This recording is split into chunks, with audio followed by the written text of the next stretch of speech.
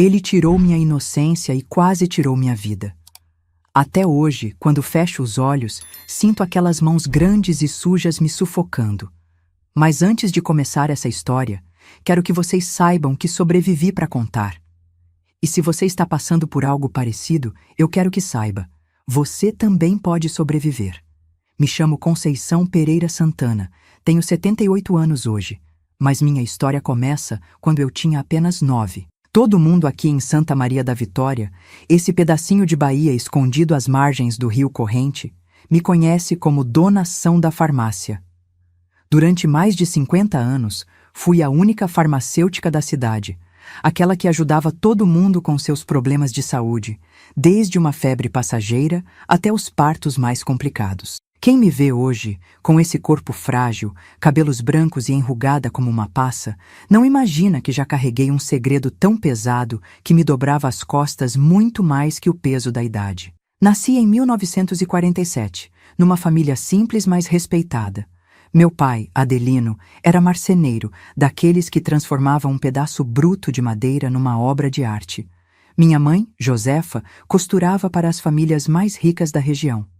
Éramos pobres de dinheiro, mas ricos de dignidade, como meu pai sempre falava.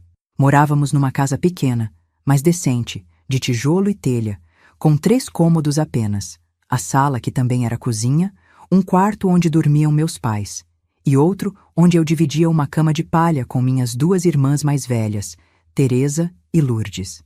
A vida era simples, mas era boa.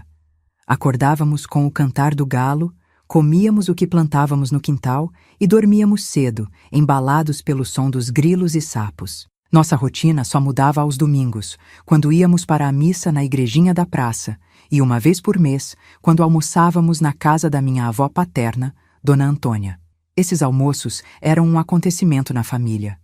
Reuniam todos os filhos dela, meu pai e seus 4 irmãos, com suas respectivas famílias. Era um dia de fartura, de comer até não aguentar mais, de risadas, histórias e, para nós, crianças, de brincar com os primos que raramente víamos. A casa da vovó Antônia ficava num terreno grande, afastado da cidade, com um pomar nos fundos que parecia um pedacinho do paraíso para nós, crianças.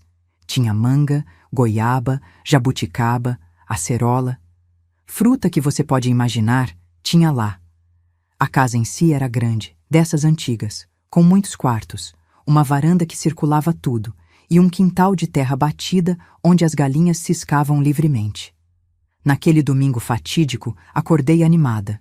Era dia de almoço na casa da vovó, e isso significava comida boa, brincadeiras e aquela sensação de pertencimento que só uma família grande pode dar. Mamãe me arrumou com meu vestido de domingo, um azul claro com bolinhas brancas que ela mesma tinha costurado. Trançou meu cabelo com uma fita que combinava e me fez prometer que não sujaria tudo brincando antes do almoço. Conceição, hoje você está uma moça, ela disse, me olhando de cima a baixo com aquele orgulho de mãe. Não vai mais correr com os meninos como um moleque, viu? Já tá na idade de aprender a se comportar como uma senhorita. Prometi que sim, mas no fundo, sabia que assim que chegasse lá, iria direto para o pomar com meus primos. A liberdade que sentíamos longe dos olhos dos adultos era preciosa demais para ser desperdiçada. Fomos a pé até a casa da vovó, uns 3 quilômetros de estrada de terra vermelha. Eu ia saltitando na frente, enquanto meus pais vinham atrás, carregando uma travessa de mandioca cozida com carne de sol que minha mãe tinha preparado para contribuir com o almoço. Minhas irmãs, já moças de 15 e 17 anos, vinham logo atrás, conversando sobre os rapazes da igreja que tinham chamado sua atenção. Quando chegamos, a casa já estava cheia. Tio Zeca, o mais velho dos irmãos do meu pai, tinha vindo com a esposa Laura e seus 3 filhos. Tia Dalva, a única mulher entre os irmãos, estava com o marido Santiago e as gêmeas, minhas primas que tinham a minha idade. Tio Manuel, com sua esposa Iracema e seus 2 meninos. E então tinha tio Geraldo. Tio Geraldo era o caçula dos irmãos do meu pai, apenas 5 anos mais velho que minha irmã Lourdes. Ele não era casado e morava com a vovó, ajudando a cuidar dela e da propriedade. Sempre foi o favorito da minha avó, talvez por ser o mais novo, talvez por estar sempre por perto. Era um homem bonito, alto, com um sorriso fácil e uma risada que enchia a casa. Todo mundo gostava do tio Geraldo. Ele contava as melhores histórias, sabia fazer mágicas com cartas e sempre trazia balas nos bolsos para distribuir entre nós, crianças. Eu adorava o tio Geraldo. Quando ele chegava, eu corria para seus braços e ele me rodava no ar, me chamando de princesinha. Ele parecia se importar comigo de um jeito especial, sempre perguntando como eu estava na escola, admirando meus desenhos, elogiando minhas tranças. Me sentia especial quando estava perto dele, como se fosse a sobrinha favorita. E talvez, de alguma forma doentia que eu não compreendia na época, eu realmente fosse. Naquele domingo, o almoço foi servido no grande terreiro embaixo das mangueiras. Mesas improvisadas com tábuas sobre cavaletes foram cobertas com toalhas bordadas, e o cheiro da comida fazia nossos estômagos roncarem.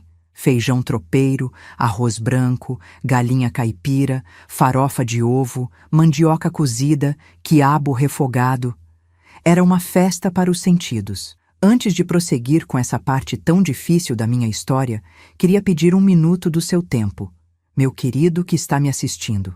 Se você está gostando do meu relato, deixa aquele like e se inscreve no canal. Isso ajuda muito a minha história a chegar em mais pessoas que talvez estejam passando pelo mesmo que passei. E me conta nos comentários de qual cidade você está me assistindo. Isso me dá um quentinho no coração saber que tem gente de todo o Brasil ouvindo essa velha contar sua história. Depois do almoço, os adultos ficaram na mesa, tomando café, comendo doce de leite e conversando sobre política, sobre a seca, sobre os preços do feijão que não paravam de subir. Nós, crianças, recebemos permissão para brincar no pomar, desde que não subíssemos nas árvores nem estragássemos as frutas que ainda não estavam maduras. Corremos para os fundos da propriedade, loucos pela liberdade. Brincamos de pega-pega, de esconde-esconde, catamos goiabas caídas e comemos até a barriga doer. O tempo foi passando e, aos poucos, as crianças foram sendo chamadas por seus pais. As gêmeas da tia Dalva tiveram que ir para casa mais cedo, porque uma delas estava com febre. Os meninos do tio Manuel foram chamados para ajudar a carregar algumas coisas. E eu fiquei sozinha no pomar, olhando uma colmeia de abelhas sem ferrão que tinha encontrado num tronco velho. Foi quando ouvi a voz do tio Geraldo atrás de mim. Conceição, o que você está fazendo aqui sozinha, menina? Me virei, sorrindo.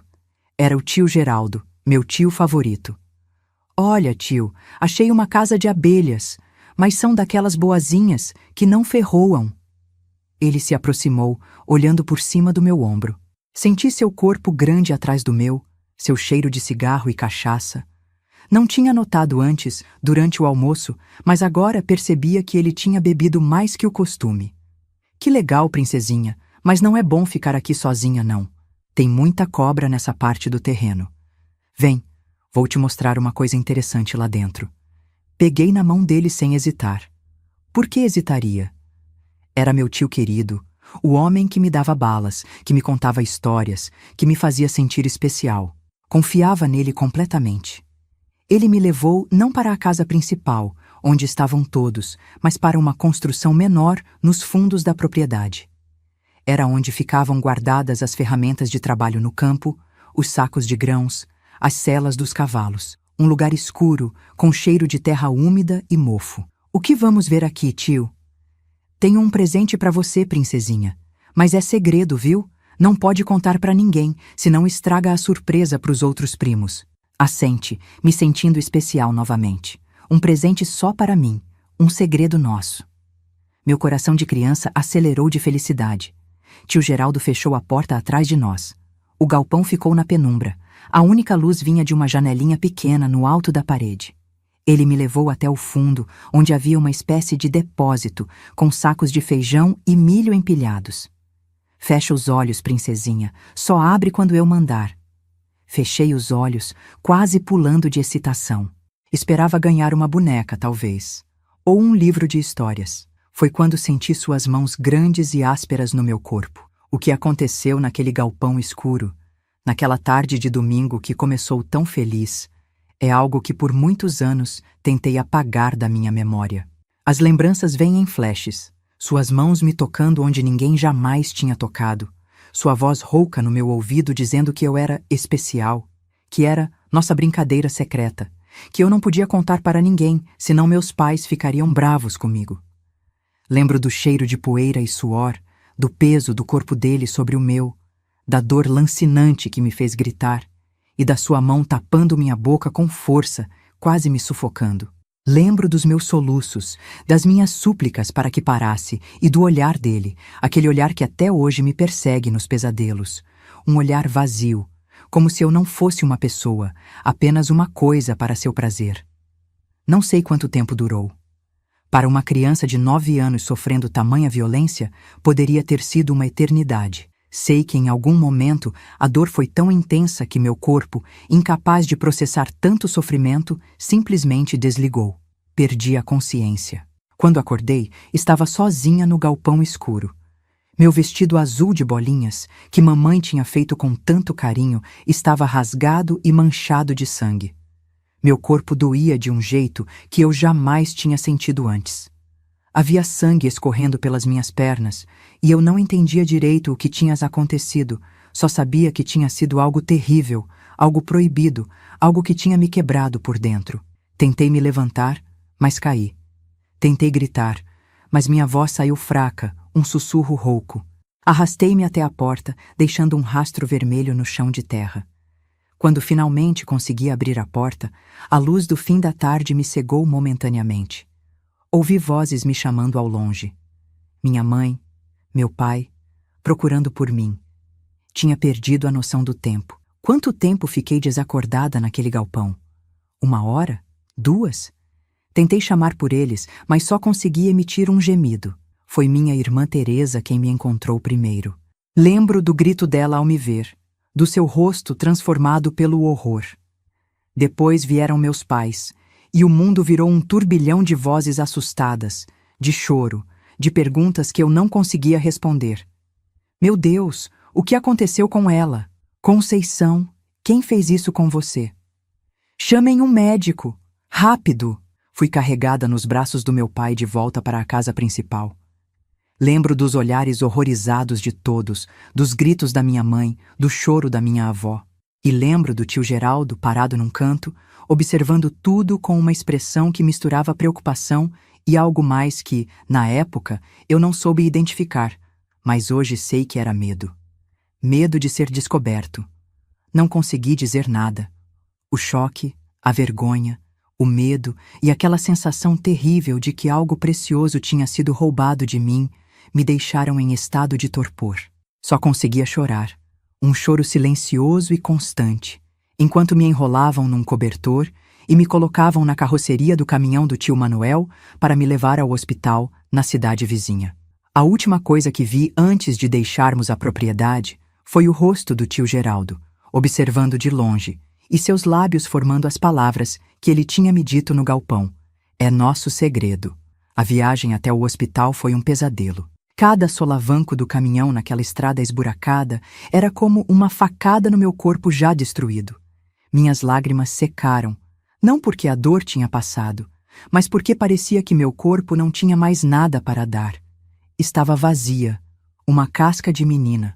O hospital ficava em Correntina, a cidade maior perto de Santa Maria da Vitória. Era um prédio branco, de 2 andares, com um crucifixo grande na entrada. Naquela época, a maioria dos hospitais do interior era administrada por freiras. Lembro dos olhares horrorizados das enfermeiras quando me viram, das conversas sussurradas, do rosto da freira diretora se contorcendo em uma expressão que misturava pena e indignação. A menina foi violentada, ouvi alguém dizer, embora na época eu nem soubesse direito o que essa palavra significava. Sabia apenas que algo terrível tinha acontecido. Algo que fazia os adultos baixarem a voz e trocarem olhares pesados. Me levaram para uma sala pequena e branca. Uma médica veio me examinar.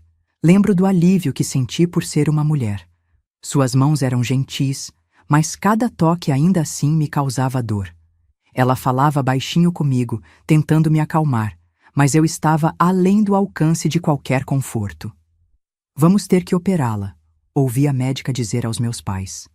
Os ferimentos internos são graves. O que se seguiu foi um borrão de agulhas, máscaras, luzes fortes, vozes distantes e, misericordiosamente, escuridão quando a anestesia finalmente fez efeito. Ao acordar, horas depois, estava numa cama de hospital, com tubos e faixas por todo lado. O quarto estava escuro, iluminado apenas pela luz fraca que vinha do corredor. Na cadeira ao lado da cama, minha mãe dormia em uma posição desconfortável, o rosto inchado de tanto chorar. Quis chamá-la, mas minha voz não saía. Tentei mexer a mão para tocá-la, mas meu corpo parecia pesar toneladas. Foi então que ouvi um som vindo da porta. Passos leves, cuidadosos. Meu coração disparou, o pânico tomando conta de mim. Seria ele? Teria vindo para me silenciar de vez? A porta se abriu lentamente e a luz do corredor revelou o rosto do meu pai. Nunca tinha visto meu pai daquele jeito. Adelino sempre foi um homem forte, inabalável, daqueles que não demonstra fraqueza nem quando o mundo está desabando. Mas o homem que vi naquela porta estava destruído. Os olhos vermelhos, o rosto envelhecido 10 anos em um único dia, a postura curvada como se carregasse o peso do mundo. Ele se aproximou da cama, pensando que eu ainda estava dormindo. Com cuidado infinito, ajeitou o cobertor sobre mim, uma carícia tão leve que mal senti. Vi lágrimas silenciosas descendo pelo seu rosto marcado pelo sol e pelo trabalho duro. Minha filhinha, ele sussurrou, tão baixo que quase não ouvi. Me perdoa. Eu devia ter te protegido. Foi a primeira e única vez que vi meu pai chorar. O homem que enfrentava a tempestade sem pestanejar, que carregava toras de madeira pesadas como se fossem gravetos, que nunca se curvou diante das dificuldades da vida, estava ali, despedaçado pela dor de não ter conseguido proteger sua filha mais nova. Fechei os olhos, fingindo ainda estar dormindo.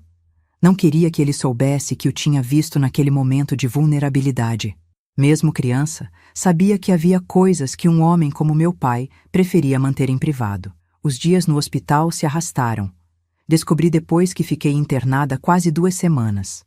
Tinha perdido muito sangue, os ferimentos internos eram graves, e houve momentos em que os médicos temeram pela minha vida.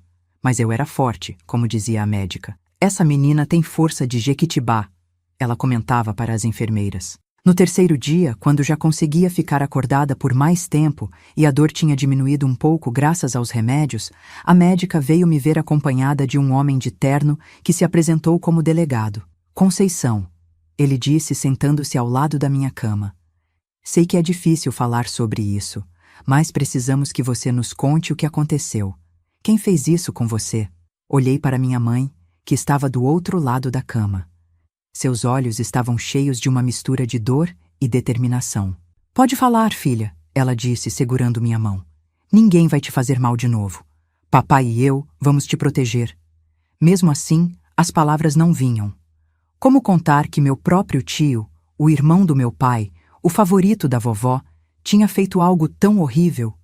Como dizer que o homem que todos amavam, que contava histórias e fazia mágicas, era um monstro? Mas algo no olhar da minha mãe, uma firmeza que dizia que ela lutaria por mim contra o mundo inteiro se fosse preciso, me deu coragem. Foi o tio Geraldo, sussurrei, tão baixo que eles tiveram que se inclinar para ouvir. O silêncio que se seguiu foi absoluto. Vi o choque no rosto do delegado, a confirmação dolorosa no da minha mãe. Ela já suspeitava, percebi. Talvez já tivesse visto algo no comportamento dele que nunca notei. Talvez tivesse percebido olhares, gestos, que passaram despercebidos para todos os outros. Tem certeza, filha? Perguntou o delegado, sua voz agora mais suave. É uma acusação muito séria. Tenho, respondi, sentindo um peso saindo dos meus ombros conforme as palavras saíam. Ele me levou para o galpão das ferramentas. Disse que tinha um presente para mim. Um presente só meu. E depois, não consegui continuar. As lágrimas vieram em cascata, e com elas, os soluços que balançavam meu corpo dolorido. Minha mãe me abraçou com cuidado, murmurando palavras de conforto no meu ouvido. Está tudo bem, minha filha. Você foi muito corajosa, muito corajosa. O delegado fez mais algumas perguntas, anotou tudo num caderninho e depois saiu, prometendo que providências seriam tomadas. Só anos depois, entendi o que significava aquela frase. Quando ficamos sozinhas, minha mãe segurou minhas mãos nas dela e me olhou com uma intensidade que nunca esqueci. Conceição, escuta bem o que vou te dizer. O que aconteceu com você não foi sua culpa. Não foi por causa do seu vestido. Não foi porque você sorriu demais. Não foi porque você estava sozinha no pomar. Foi porque seu tio é um homem doente, um monstro que se esconde atrás de sorrisos e balas. E ele vai pagar por isso. Eu prometo. Assenti, ainda incapaz de acreditar totalmente naquelas palavras. Parte de mim, a parte criança que ainda não entendia a maldade do mundo, achava que devia ter feito algo para provocar aquela situação. Talvez se eu não tivesse aceitado ir com ele, se não tivesse confiado tanto. E tem mais uma coisa, continuou minha mãe. Sua voz agora um sussurro. Seu pai não pode saber que foi o irmão dele. Não ainda. Por quê? Perguntei confusa. Porque seu pai vai matar ele, Conceição. Vai matar e vai para a cadeia, e nós vamos ficar sem ele, e eu não posso perder vocês dois. Não entendi completamente naquele momento, mas concordei. Confiava na minha mãe mais do que em qualquer pessoa no mundo. O que eu não sabia era que meu pai já estava na porta do quarto. Tinha ouvido tudo. A expressão no rosto dele quando entrou, meu Deus, nunca vou esquecer. Era como se algo tivesse morrido dentro dele, algo fundamental. Seus olhos, normalmente vivos e brilhantes, estavam opacos, como pedras no fundo de um rio. Adelino. Minha mãe começou, percebendo pelo olhar dele que tinha escutado. Por favor, pensa nas meninas, pensa na família. Ele levantou a mão, pedindo silêncio, mas não com raiva. Era um gesto cansado, derrotado. Já pensei, Josefa. Pensei muito, e tenho um plano. O modo como ele disse aquilo, tão calmo, tão controlado, me deu mais medo do que se tivesse gritado ou quebrado tudo no quarto. Era a calma de quem já tinha tomado uma decisão irrevogável, de quem já tinha aceitado as consequências do que ia fazer. Naquele momento, deitada naquela cama de hospital, ainda fraca demais para levantar sozinha, com dores que nenhuma criança deveria sentir, não imaginava o que viria a seguir. Não sabia que o plano do meu pai não era simplesmente matar o irmão, mas fazê-lo sofrer como eu tinha sofrido. Não sabia que a justiça, quando feita pelas próprias mãos, pode ser muito mais terrível do que qualquer punição legal. O que sabia era que nada seria como antes. A menina que brilhava no vestido de bolinhas azuis, que corria pelo pomar colhendo goiabas, que confiava nos adultos e achava que o mundo era um lugar bom, tinha morrido naquele galpão escuro. No lugar dela, estava nascendo alguém diferente, alguém que carregaria cicatrizes invisíveis pelo resto da vida. Nos dias que se seguiram, muitas pessoas vieram me visitar no hospital. Meus tios e tias, primos, vizinhos, até o padre da nossa paróquia. Todos traziam presentes, palavras de conforto, olhares de pena. Todos, exceto o tio Geraldo. Dele, só ouvi dizer que tinha ido para Salvador resolver uns negócios. Fugindo, claro. Minha avó também nunca apareceu. Soube depois que ela se recusava a acreditar que seu filho caçula, seu preferido, pudesse ter feito algo tão horrível. Talvez fosse pedir demais a uma mãe. Ou talvez fosse apenas mais um exemplo de como muitas vezes preferimos acreditar numa mentira confortável do que encarar uma verdade devastadora. Uma semana depois da minha conversa com o delegado, quando já estava melhorando e os médicos falavam em me dar alta em breve, meu pai veio me visitar sozinho. Ele se sentou ao lado da minha cama, com aquela expressão séria que raramente abandonava seu rosto desde o incidente. Conceição, ele começou, escolhendo as palavras com cuidado. No domingo que vem vai ter outro almoço na casa da vovó. Só de ouvir isso, senti meu corpo inteiro se contrair de medo. Nunca mais queria voltar àquele lugar, ver aquele galpão, lembrar. Não quero ir, pai, respondi, as lágrimas já se formando nos meus olhos. Por favor, não me obriga. Ele pegou minha mão com uma delicadeza que contrastava com aqueles dedos calejados de tanto trabalhar. Você não precisa ir, minha filha. Nunca mais vai ter que ir lá se não quiser. Mas sua mãe e eu vamos. E preciso que você entenda que talvez aconteçam coisas que você vai ouvir depois. Coisas sobre o tio Geraldo. Que coisas, pai? Ele hesitou, claramente dividido entre o desejo de me proteger de mais horrores e a necessidade de me preparar para o que estava por vir. Justiça, minha filha. Justiça.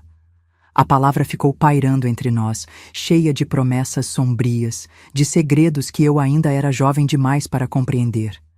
Mesmo não sabendo exatamente o que meu pai planejava, senti um calafrio.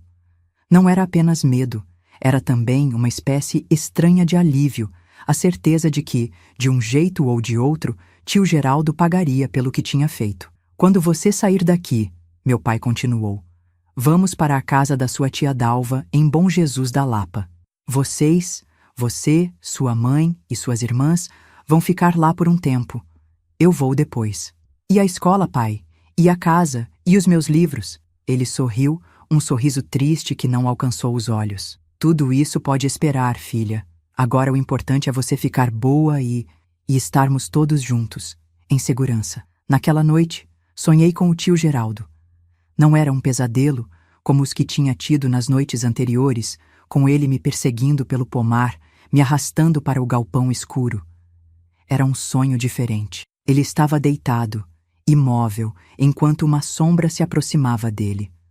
A sombra tinha o rosto do meu pai, mas de alguma forma não era bem ele.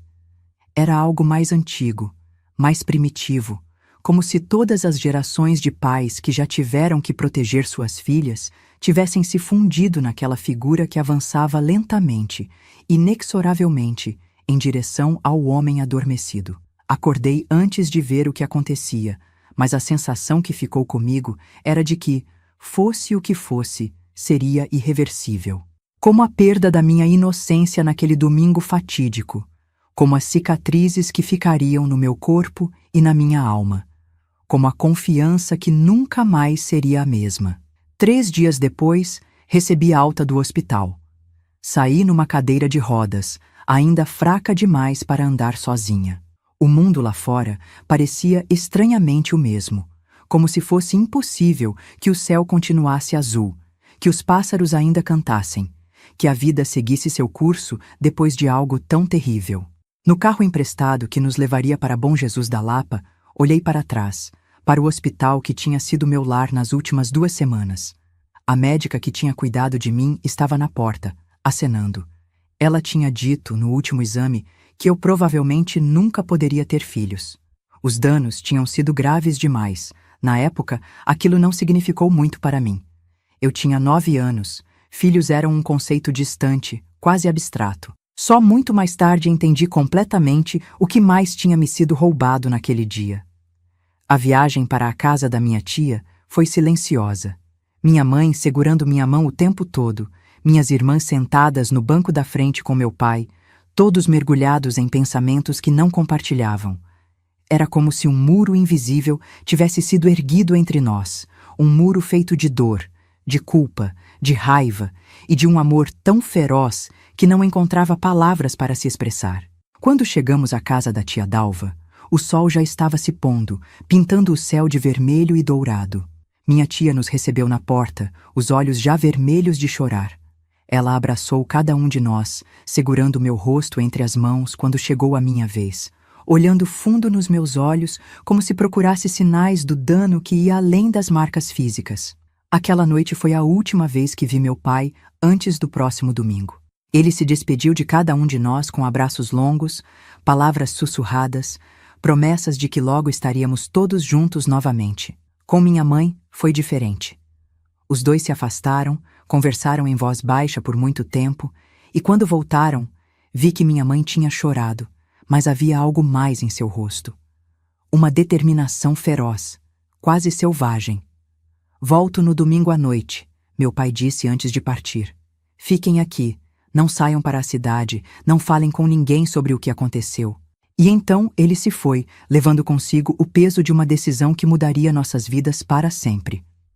O que aconteceu naquele domingo, na casa da minha avó, só soube muito tempo depois. E mesmo assim, não a história completa, apenas fragmentos, sussurros, rumores que circularam por anos na nossa região. O suficiente para entender que algumas formas de justiça são tão terríveis quanto o crime que as motiva.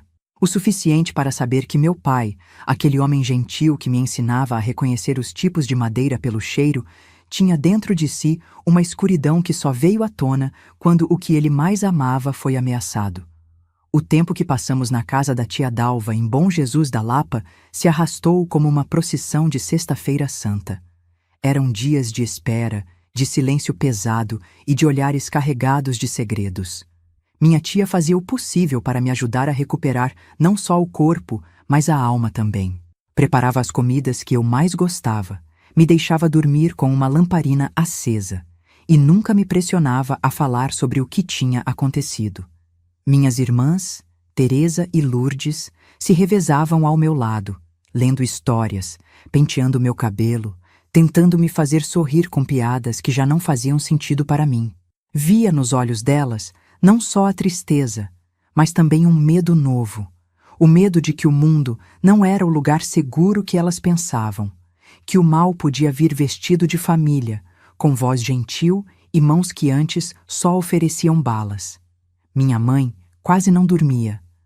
À noite, eu a ouvia andando pela casa, murmurando orações, às vezes chorando baixinho quando pensava que ninguém podia ouvir. Durante o dia, ela se mantinha forte por mim, por nós todos, mas seus olhos tinham um brilho febril, como se estivesse constantemente calculando, planejando, preparando-se para algo que eu não conseguia compreender completamente. O domingo demorou a chegar e, ao mesmo tempo, veio rápido demais. Quando o sol nasceu naquele dia, senti um peso no estômago, uma certeza obscura de que algo irreversível estava prestes a acontecer. Minha mãe se vestiu com cuidado, escolhendo um vestido preto simples, amarrando o cabelo num coque apertado. Não era a roupa festiva de quem vai para um almoço de família. Era a roupa sóbria de quem vai a um acerto de contas. "Vou encontrar seu pai", ela disse, beijando minha testa antes de sair. "Fique com suas irmãs e sua tia. Não saia de casa, não abra a porta para ninguém, não atenda o telefone. Voltamos à noite." Havia uma finalidade naquelas palavras que me assustou. Como se ela também não tivesse certeza de que voltaria, mas estivesse determinada a ir mesmo assim. Lembro de segurar sua mão, de pedir que não fosse, que ficasse comigo, que deixasse a polícia resolver tudo. Ela apenas sorriu, um sorriso que não alcançou seus olhos, e disse: "Algumas coisas, minha filha, a polícia não pode resolver. Algumas dívidas, só o sangue paga." Aquelas palavras ficaram comigo, ecoando na minha cabeça como o sino da igreja nas manhãs de domingo. O que minha mãe, aquela mulher que me ensinara a amar o próximo, a perdoar 70 vezes 7, estava planejando fazer?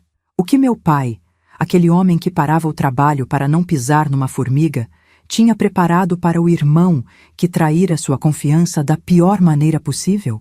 O dia se arrastou numa agonia de incerteza. Eu me sentia como se estivesse esperando por um resultado que já conhecia, mas que não queria aceitar. Quando a noite finalmente caiu, trazendo consigo uma chuva fina e insistente, meu corpo inteiro estava tenso como uma corda de viola prestes a arrebentar. Foi quase meia-noite quando ouvimos o carro se aproximando. O barulho de pneus na lama, a porta batendo, passos na varanda. Minha tia foi atender enquanto eu, minhas irmãs e meus primos esperávamos na sala, congelados numa expectativa que ninguém ousava nomear. Meu pai entrou primeiro, seguido pela minha mãe. Os dois estavam encharcados, não só pela chuva, mas por algo mais, algo que parecia emanar deles como uma aura invisível. Uma mistura de exaustão, alívio e um horror silencioso que nunca tinha visto em seus rostos. "Está feito", meu pai disse para minha tia, as palavras pesadas como pedras. "Nunca mais ele vai tocar em nenhuma criança." Ninguém perguntou o que estava feito, o que tinha acontecido naquela casa distante onde eu perdera minha inocência. O silêncio que se seguiu era carregado de entendimento, de cumplicidade. Algo terrível tinha acontecido, algo que não seria discutido na frente das crianças, algo que nunca seria mencionado fora daquele círculo fechado. Meu pai veio até mim, se ajoelhou à minha frente, tomou minhas mãos pequenas nas suas, grandes e calejadas. Seus olhos, que sempre me pareceram tão fortes, estavam marejados. Nunca mais, minha filha, ele disse, a voz embargada. Nunca mais ninguém vai te machucar assim. Eu prometo. Acreditei nele. Com toda a fé que uma criança pode ter, acreditei que meu pai tinha consertado o mundo quebrado, que tinha eliminado o monstro dos meus pesadelos, que agora poderíamos voltar a ser o que éramos antes. Não sabia então que algumas coisas, uma vez quebradas, nunca mais voltam a ser como eram. Que algumas feridas, mesmo depois de cicatrizadas, continuam a doer quando o tempo muda, quando a lembrança vem sem aviso, quando algo, um cheiro, um som, uma sombra, traz tudo de volta como se tivesse acontecido ontem. Dormimos todos juntos naquela noite, num amontoado de colchões no chão da sala. Ninguém queria ficar sozinho, nem mesmo os adultos. Era como se precisássemos da presença uns dos outros para afastar as sombras, para confirmar que ainda estávamos ali, inteiros, juntos, sobreviventes. 2 dias depois, partimos de volta para Santa Maria da Vitória. Não para nossa casa antiga. Essa tinha sido vendida às pressas para um comerciante da cidade. Fomos para uma casa nova, do outro lado da cidade, mais próxima do centro. Uma casa que meu pai tinha comprado com o dinheiro da venda da antiga e de suas economias de anos. Uma casa sem memórias, sem fantasmas, sem o peso do que tinha acontecido. Os meses que se seguiram foram de lenta reconstrução. Meu corpo se curou mais rápido que minha alma. Os ferimentos físicos cicatrizaram, a dor diminuiu, pude voltar a andar, a correr, a ser uma criança no sentido físico da palavra. Mas por dentro tinha envelhecido décadas em poucos dias. O delegado veio algumas vezes, fez perguntas, anotou respostas, mas nada parecia acontecer. Um dia, ele chamou meus pais para uma conversa particular. Quando voltaram, tinham uma expressão estranha, mistura de alívio e uma tristeza resignada. O caso está encerrado, meu pai disse naquela noite, durante o jantar. Geraldo foi encontrado morto no Rio São Francisco. Aparentemente se afogou. Estava bêbado, dizem. A forma como ele disse, aparentemente, a forma como minha mãe baixou os olhos, me disse tudo o que eu precisava saber. Não foi um acidente. Não foi suicídio. Foi a justiça das próprias mãos, a lei antiga de olho por olho, a sentença executada longe dos tribunais e dos juízes. Nunca soube exatamente o que aconteceu naquele domingo na casa da minha avó. Só muitos anos depois, quando já era adulta, ouvi fragmentos da história. Comentários sussurrados, frases soltas em conversas de adultos que achavam que eu não estava ouvindo. O suficiente para formar uma imagem borrada, incompleta, mas aterrorizante. Pelo que pude entender, meu pai e minha mãe foram à casa da vovó Antônia, como se fosse apenas mais um almoço de família. Tio Geraldo estava lá, tinha voltado de Salvador 2 dias antes. Ninguém sabia o que tinha acontecido comigo. A história oficial era que eu tinha caído de uma árvore no pomar e me machucado gravemente. Meus pais sentaram à mesa, comeram, conversaram, fingiram normalidade, enquanto o veneno que minha mãe tinha trazido da farmácia fazia efeito lentamente no copo de tio Geraldo. Não era um veneno para matar, era para paralisar, para deixar consciente, mas incapaz de se mover, de falar, de pedir ajuda. Quando todos os outros convidados foram embora, quando minha avó se recolheu para descansar, eles o levaram para o mesmo galpão onde ele tinha me atacado. E lá, no mesmo local onde ele tinha destruído minha infância, meu pai... Bem, há coisas que é melhor não saber em detalhes, nem mesmo agora, tantos anos depois. O que sei é que depois eles o levaram para o Rio São Francisco. Ele ainda estava vivo, mas fraco, debilitado. A água fez o resto, levando embora não só sua vida, mas também as provas do que tinha acontecido antes. A notícia da morte de tio Geraldo se espalhou rapidamente pela região. Um acidente trágico, diziam. Um homem jovem, cheio de vida, levado pelas águas do rio. Uma pena, uma tristeza. Minha avó ficou devastada. Entrou num luto profundo do qual nunca se recuperou totalmente.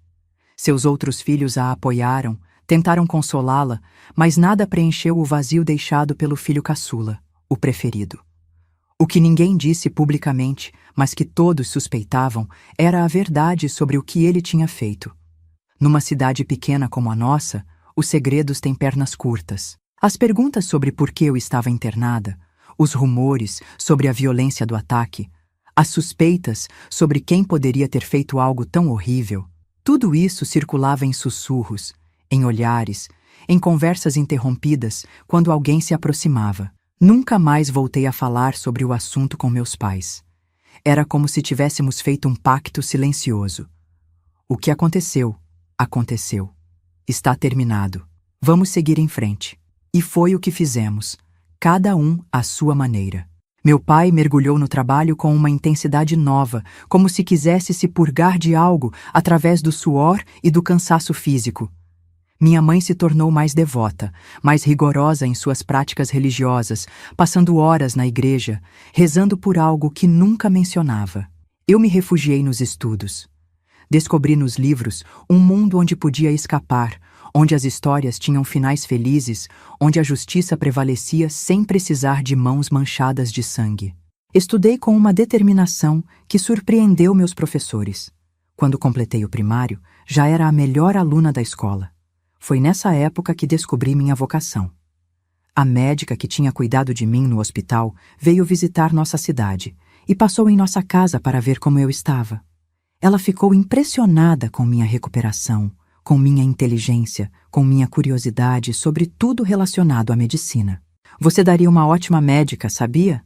Ela comentou, enquanto eu mostrava meus cadernos, onde anotava tudo sobre plantas medicinais que aprendia com os mais velhos da região. A ideia plantou-se em mim como uma semente. Médica.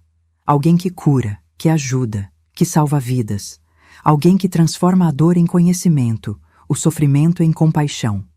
Era exatamente o que eu queria ser. Claro que, para uma menina pobre do interior da Bahia nos anos 1950, tornar-se médica era quase um sonho impossível. Mas eu tinha dentro de mim uma força que nem eu mesma conhecia completamente. A força de quem enfrentou o pior e sobreviveu, de quem viu o monstro nos olhos e continuou de pé. Quando terminei o ginásio, aos 15 anos, já tinha um plano. Iria para Salvador, ficaria na casa de uma prima distante da minha mãe, trabalharia durante o dia e estudaria à noite para terminar o colegial e tentar o vestibular para a medicina. Meus pais relutaram no início. A ideia de me deixar ir para a capital, tão longe deles, os aterrorizava depois de tudo que tínhamos passado. Mas viram minha determinação, minha necessidade de seguir em frente, de transformar minha história em algo maior que a tragédia que a havia marcado.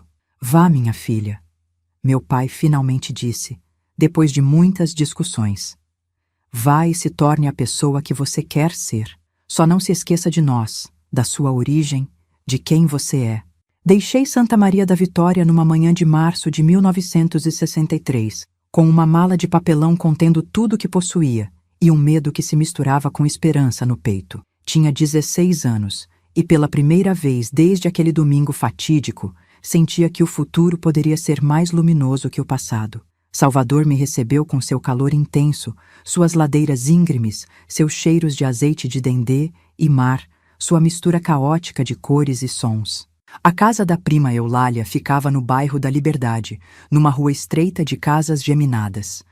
Era pequena, apertada, abafada, mas para mim representava a liberdade, a chance de recomeçar, de ser apenas Conceição, não a menina que sofreu aquilo. Consegui um emprego numa farmácia do bairro, limpando, organizando, eventualmente até atendendo clientes quando o movimento era grande. O dono, seu Amaro, um português de poucas palavras, mas coração generoso, logo percebeu meu interesse pela medicina, pelas propriedades das plantas, pelos medicamentos e seus efeitos. Menina, tu tem jeito pra coisa, ele dizia, me ensinando a preparar pomadas, xaropes, tinturas. Quem sabe um dia essa farmácia não será sua? Eu sorria, agradecia, mas meu sonho era maior.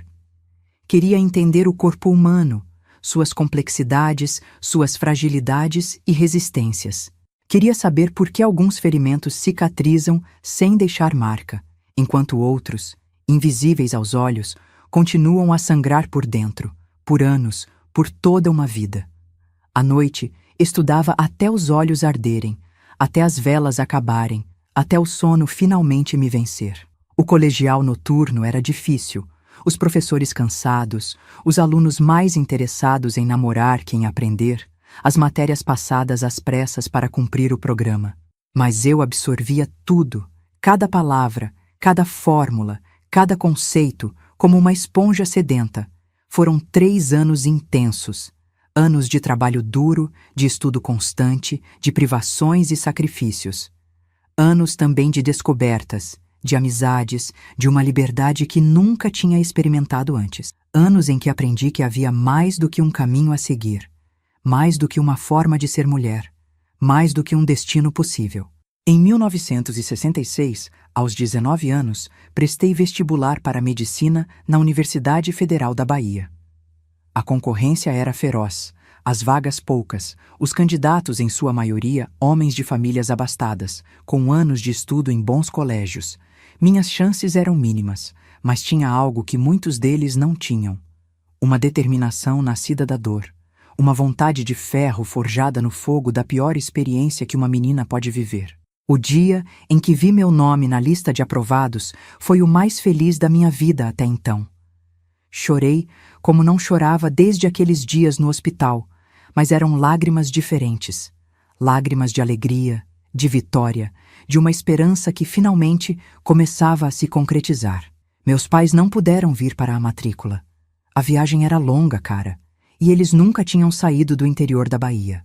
Mas mandaram uma carta que guardo até hoje, amarelada pelo tempo, as letras trêmulas do meu pai, que mal sabia escrever, e as palavras cuidadosamente escolhidas da minha mãe. Nossa filha, nosso orgulho, você conseguiu o que nenhum de nós jamais sonhou conseguir.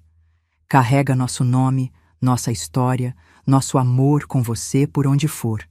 E lembre-se sempre, você é mais forte do que tudo que tentou te derrubar.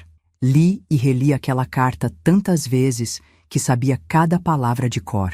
Ela era a prova de que, apesar de tudo, apesar do horror que tinha manchado minha infância, apesar da justiça terrível que meus pais tinham executado, havia amor.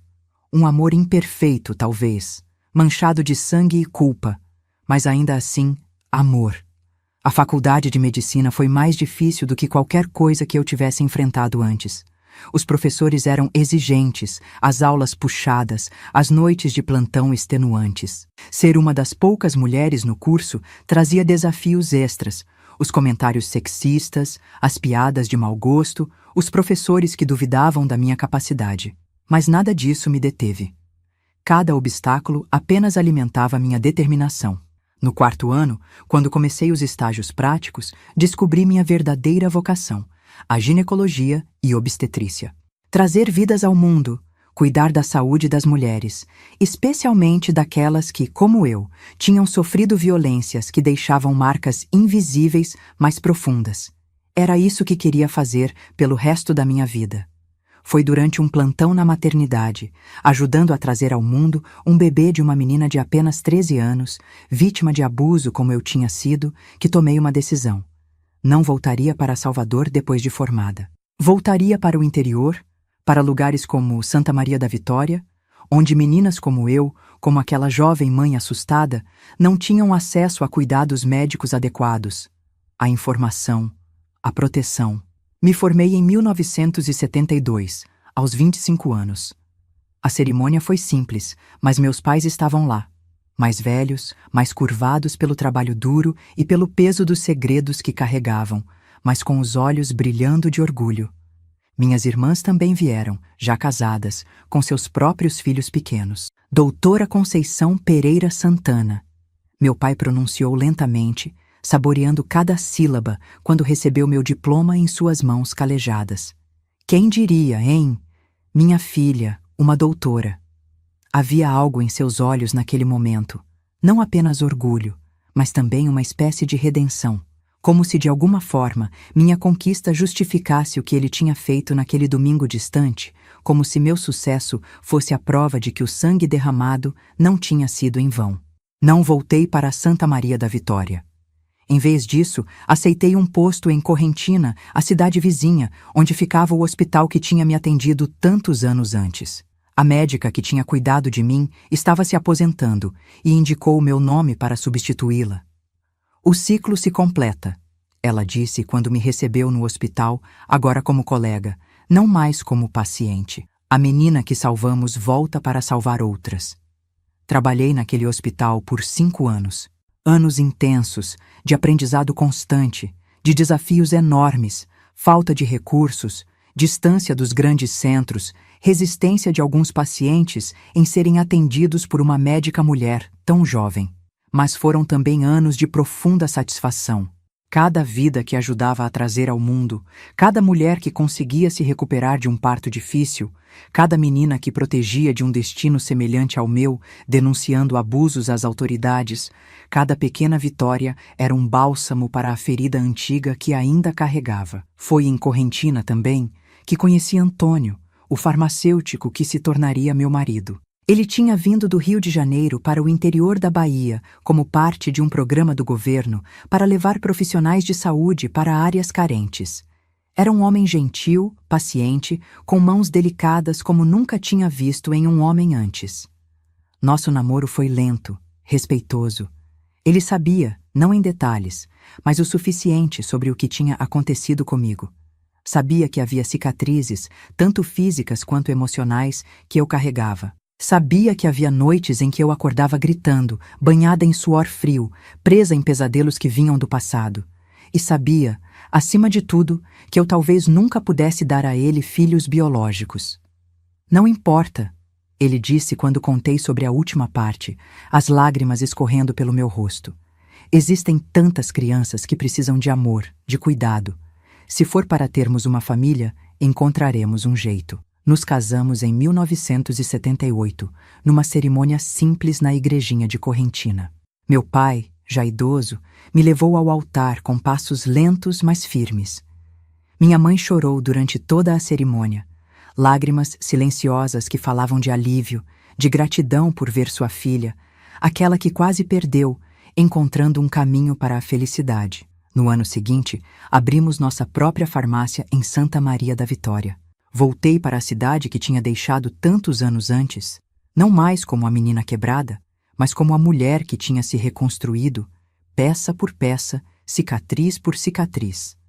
A farmácia Santana se tornou o coração da cidade. Não era apenas um lugar para comprar remédios. Era um ponto de encontro, de aconselhamento, de cuidado. Antônio cuidava da parte administrativa, da manipulação de fórmulas, dos medicamentos. Eu oferecia consultas, orientações, às vezes até pequenos procedimentos para aqueles que não podiam chegar até o hospital em Correntina. Ao longo dos anos, adotamos 3 crianças, Rodrigo, Mariana e Carla. 3 almas que, como eu, tinham conhecido o lado mais sombrio da vida cedo demais. Rodrigo tinha sido abandonado ao nascer. Mariana e Carla eram irmãs, resgatadas de um pai violento depois que a mãe morreu. Demos a eles o que nos foi dado e o que nos foi tirado: amor, segurança, uma chance de recomeçar. Meus pais viveram o suficiente para conhecer seus netos adotivos, para vê-los crescer, para perceber que a família que tinham protegido com tanta ferocidade, mesmo que por meios terríveis, continuava a florescer, a se expandir, a existir através de novas vidas, novos começos. Quando meu pai morreu em 1985, encontrei entre seus pertences um recorte de jornal amarelado pelo tempo. Era a notícia do afogamento acidental de tio Geraldo no Rio São Francisco, datada daquele domingo fatídico de 1956. Ele tinha guardado aquilo todos esses anos, como um lembrete, uma prova, talvez até como uma espécie de penitência. No verso do recorte, escrito com a letra trêmula dele, havia apenas uma frase: "Por Conceição, eu faria tudo de novo." Guardei aquele recorte, não como um troféu ou uma celebração, mas como um lembrete de que o amor, mesmo quando se manifesta em seus aspectos mais sombrios, mais terríveis, ainda é amor. De que meu pai, aquele homem gentil que nunca levantou a mão para mim, carregou até o último dia o peso daquilo que fez para me vingar, para garantir que eu pudesse ter um futuro. A verdade é que nenhum de nós, nem meu pai, nem minha mãe, nem eu, saiu ileso daquela história. Carregamos as marcas, visíveis e invisíveis, pelo resto de nossas vidas. A diferença é que aprendemos a viver com elas, a transformá-las em algo que, se não poderia ser chamado de belo, pelo menos poderia ser útil, significativo, até mesmo curador. Cheguei na parte mais difícil desta história, meus queridos. A parte que nunca contei por completo para ninguém, nem mesmo para meus filhos ou meu falecido marido. A parte que guardei no fundo da minha alma como um segredo sagrado, protegido por décadas de silêncio. O que aconteceu naquele domingo, quando meus pais foram à casa da minha avó sem mim, é algo que só soube em fragmentos, em peças esparsas que fui juntando ao longo dos anos. Algumas contadas em momentos de fraqueza pela minha mãe, outras sussurradas por minha tia Dalva anos depois, outras ainda deduzidas por olhares, suspiros, pesadelos que meu pai tinha nas noites de tempestade. Naquela semana, entre minha internação no hospital e o domingo do almoço, meus pais passaram horas planejando cada detalhe. Lembro das noites em que os ouvia conversando em voz baixa no quarto ao lado, das frases soltas que conseguia captar. Tem que parecer acidente. Ninguém pode suspeitar. Ele tem que sentir o que ela sentiu. Minha mãe foi à farmácia em Bom Jesus da Lapa, onde ninguém a conhecia. Comprou um frasco pequeno de um medicamento forte, desses que os médicos usavam para acalmar pacientes agitados. O suficiente para deixar uma pessoa inconsciente, mas não para matar. A morte viria depois, de outra forma. Meu pai passou horas na garagem dos fundos da casa da minha tia, afiando uma faca de caça que tinha trazido de nossa casa em Santa Maria da Vitória. Via-o através da fresta da porta, o movimento repetitivo da lâmina contra a pedra de amolar. O rosto concentrado, os olhos fixos, como se já estivesse vendo algo muito além daquela garagem, muito além daquela cidade, muito além daquele momento. Na manhã do domingo, eles partiram cedo. Minha mãe usava seu vestido preto simples, o cabelo preso num coque severo.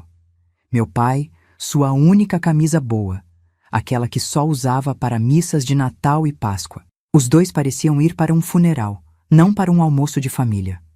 Tome conta das suas irmãs, minha mãe me disse antes de partir. Rezem por nós. Do que aconteceu depois, consigo reconstituir através dos fragmentos que recolhi ao longo dos anos. Meus pais chegaram na casa da minha avó na hora do almoço. Foram recebidos com a normalidade de sempre, talvez com algumas perguntas sobre como eu estava. Meu pai abraçou seus irmãos, inclusive Geraldo, sem demonstrar nada além do carinho habitual. Minha mãe ajudou a colocar a mesa, a servir a comida, a encher os copos. Foi durante o almoço que ela fez o que tinha planejado. Um momento de distração, quando todos estavam entretidos com a conversa, e o pó do remédio se dissolveu no copo de vinho de tio Geraldo. Ele bebeu sem notar nada, talvez apenas um leve gosto amargo que o vinho já naturalmente possuía. Após o almoço, quando todos se espalharam pela propriedade para o descanso da tarde, o remédio começou a fazer efeito. Tio Geraldo sentiu tontura, dificuldade para manter os olhos abertos. Meu pai, atento, percebendo os sinais, ofereceu ajuda. Parece que você bebeu demais, irmão, ele disse, o braço em volta dos ombros de Geraldo. Vem, vamos tomar um café forte para clarear a cabeça. Mas não o levou para a cozinha. Levou-o para o galpão das ferramentas nos fundos da propriedade. O mesmo galpão onde eu tinha sido atacada. Não foi uma escolha aleatória. Foi deliberada, simbólica. Era ali que a justiça seria feita. Minha mãe o seguiu alguns minutos depois, certificando-se de que ninguém notara para onde tinham ido. Trancou a porta do galpão atrás de si. O que aconteceu lá dentro, naquela tarde quente de 1956, nunca soube com precisão. Há coisas que talvez seja melhor não saber completamente. Mas sei que meu tio foi amarrado a uma cadeira velha, com as cordas que meu pai tinha trazido escondidas no fundo do carro. Sei que ele estava consciente o suficiente para entender o que estava acontecendo, mas fraco demais para resistir ou gritar. Sei que meu pai falou com ele, longamente. Não foi um ataque cego de raiva, uma explosão de violência. Foi algo calculado, frio, metódico. Ele queria que Geraldo soubesse exatamente por que estava ali, o que tinha feito, o que estava prestes a pagar. Você lembra do que fez com a minha filha neste mesmo lugar? Perguntou meu pai, a voz controlada, quase calma. Você lembra do choro dela? Dos gritos? Do sangue? Dizem que o galpão tinha janelas pequenas, cobertas com panos escuros para que ninguém pudesse ver o que acontecia lá dentro. Que a única luz vinha de uma lamparina a querosene, criando sombras que dançavam nas paredes como espectros. Sei que minha mãe estava lá, testemunhando tudo, às vezes participando. Ela, que nunca havia levantado a mão para ninguém, que me ensinara que violência era pecado, que me mostrara a importância do perdão. Naquele dia, naquele galpão, ela era outra pessoa, uma força da natureza, a personificação da ira maternal, a leoa protegendo sua cria, mesmo que tarde demais. Quero que ele sinta a mesma dor que a Conceição sentiu, ela disse ao meu pai. Quero que ele saiba o que é ser impotente, ser violado, ser destruído por dentro. E assim foi feito. Com a mesma faca que tio Geraldo tinha usado para ameaçar uma criança aterrorizada, meu pai infligiu ferimentos calculados para causar dor extrema sem matar. Ferimentos que deixariam cicatrizes permanentes, como as que eu carregaria para sempre. Ferimentos em lugares que significariam que ele nunca mais poderia fazer a outra criança o que tinha feito a mim. Mas não foi só violência física. Foi também uma execução psicológica. Cada corte era acompanhado por palavras que descreviam exatamente o que ele tinha feito comigo, como eu tinha me sentido, o que tinha sido roubado de mim. Era como se meus pais quisessem garantir que, em seus últimos momentos, tio Geraldo entendesse completamente a monstruosidade de seus atos. Quando terminaram, ele estava vivo, mas apenas tecnicamente. Tinha perdido muito sangue, estava em choque, à beira da inconsciência. Foi quando meu pai e minha mãe o levaram para o carro, escondido sob uma lona, e dirigiram até uma parte isolada do Rio São Francisco. A noite já tinha caído. A chuva fina que começara mais cedo agora caía com mais força, apagando pegadas, lavando evidências, criando o cenário perfeito para o que parecia um acidente. Meu pai carregou o corpo quase sem vida do irmão até a margem do rio. Tio Geraldo ainda respirava, ainda tinha pulsação, mas estava fraco demais para lutar, para gritar por ajuda. Você tem algo a dizer antes de ir? Meu pai perguntou. Um último momento de humanidade oferecido ao homem que tinha destruído sua família. Não sei se tio Geraldo respondeu, se pediu perdão, se chorou, se mostrou arrependimento ou se manteve seu ódio até o fim.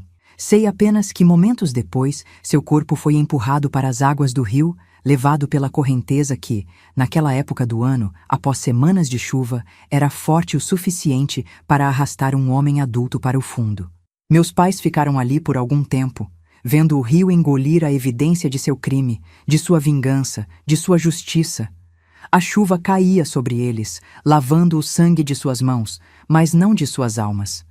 Aquele sangue, invisível mas indelével, os acompanharia pelo resto de suas vidas. O corpo foi encontrado 3 dias depois, preso em alguns galhos à margem do rio, alguns quilômetros abaixo. Os ferimentos foram atribuídos às pedras e galhos contra os quais teria batido enquanto era arrastado pela correnteza. O veredicto foi rápido, afogamento acidental devido à embriaguez. Ninguém questionou, ninguém investigou a fundo. Era apenas mais um homem jovem que tinha bebido demais e caído no rio.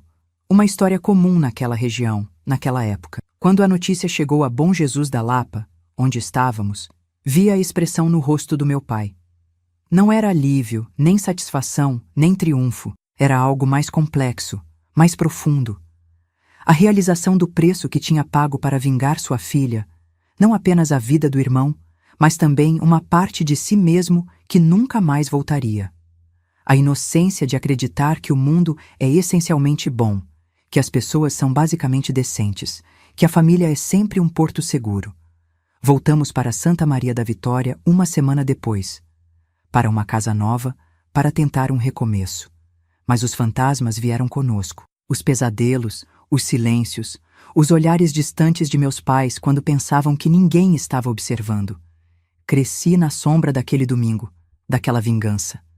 cada conquista minha, terminar os estudos, entrar na faculdade de medicina, me formar, abrir minha própria farmácia, era celebrada com uma alegria misturada a uma tristeza inexplicável para quem não conhecia nossa história completa.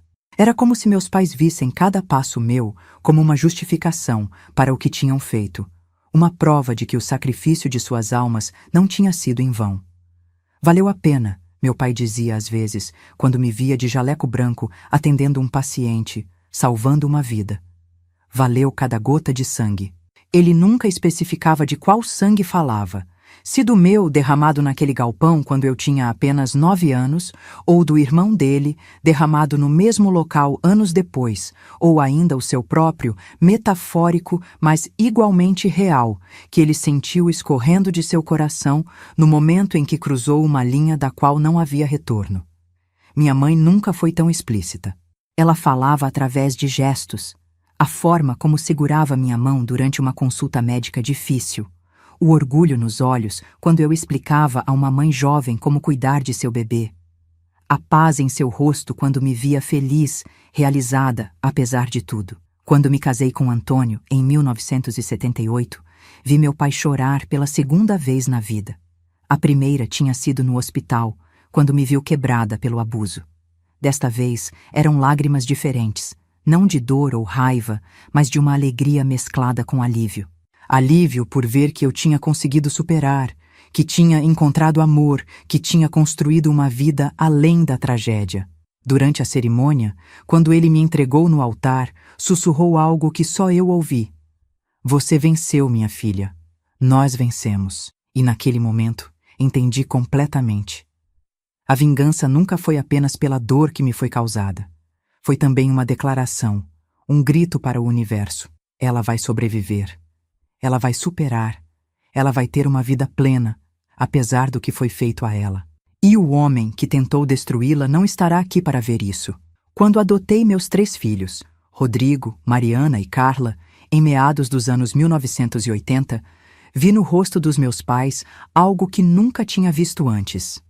Paz. Como se o ciclo finalmente se fechasse, como se a ferida aberta décadas atrás finalmente começasse a cicatrizar de verdade. Esses pequenos, meu pai dizia, brincando com seus netos adotivos, são a prova de que o bem vence no final, que depois da tempestade mais escura, o sol sempre volta a brilhar. Meus pais morreram como viveram após aquele domingo, juntos, unidos por um laço que ia além do amor conjugal, um laço forjado no sangue e no segredo compartilhado.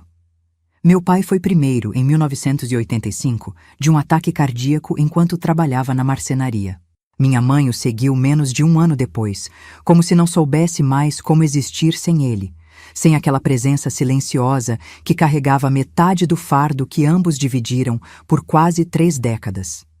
Fiquei com suas memórias, com seu legado complicado, com a certeza de que foram imperfeitos, falíveis, humanos até o âmago, capazes do amor mais profundo e do ódio mais selvagem, da proteção mais feroz e da vingança mais calculada.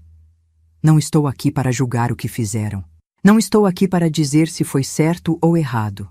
Estou aqui apenas para contar a história, para que você que me ouve entenda que a vida raramente é preto e branco, que as pessoas raramente são santas ou demônios, que o amor pode se manifestar de formas que nos assustam, que nos confundem, que nos deixam questionando tudo o que pensávamos saber sobre nós mesmos. O que sei é que carrego em mim tanto a menina que foi quebrada naquele galpão, quanto a mulher que foi remontada, peça por peça, através do amor brutal e imperfeito dos meus pais, através da minha própria determinação de não ser definida pela pior coisa que me aconteceu, através das vidas que ajudei a salvar, das crianças que ajudei a trazer ao mundo, dos filhos que criei com todo o amor que pude dar. Hoje, aos 78 anos, olhando para trás, para o longo e doloroso caminho que percorri, não sinto apenas a dor, o horror, a injustiça. Sinto também gratidão pelos pais que tive, que apesar de seus métodos terríveis, me amaram além da razão. Pelo marido que encontrei, que me mostrou que nem todos os homens são monstros. Pelos filhos que criei, que me deram a chance de criar uma família baseada no respeito e no amor genuíno. Pela carreira que construí, que me permitiu transformar minha dor em cura para outros. E sinto, acima de tudo, uma certeza quieta e firme. Sobrevivi, não apenas fisicamente. Sobrevivi com minha alma intacta, com minha capacidade de amar preservada, com minha fé na vida renovada diariamente, através dos pequenos milagres que nos cercam quando temos olhos para ver. Meus queridos, agradeço de coração por terem me acompanhado até aqui nessa jornada difícil pelo meu passado. Se minha história tocou seu coração de alguma forma, peço que deixe seu like e se inscreva no canal. Isso ajuda muito a fazer com que histórias como a minha cheguem a mais pessoas que talvez estejam passando pelo mesmo ou conhecem alguém que está. E não deixem de entrar no nosso grupo do WhatsApp. O link está na descrição do vídeo. Lá compartilhamos diariamente histórias reais de outras senhoras que, como eu, carregam cicatrizes invisíveis, mas encontraram seu caminho de volta à luz. Mulheres fortes que sobreviveram ao inimaginável e transformaram sua dor em força, sua tragédia em propósito. Porque é isso que aprendi após todos esses anos. A vida pode nos quebrar de formas inimagináveis, mas a decisão de recolher os cacos e reconstruir algo novo, algo belo, algo significativo, essa decisão é toda nossa. É o único poder que ninguém pode tirar de nós, não importa o que nos façam. Sou Dona Conceição da Farmácia e essa foi minha história. Que Deus proteja cada um de vocês aqui nesse vídeo. Amém.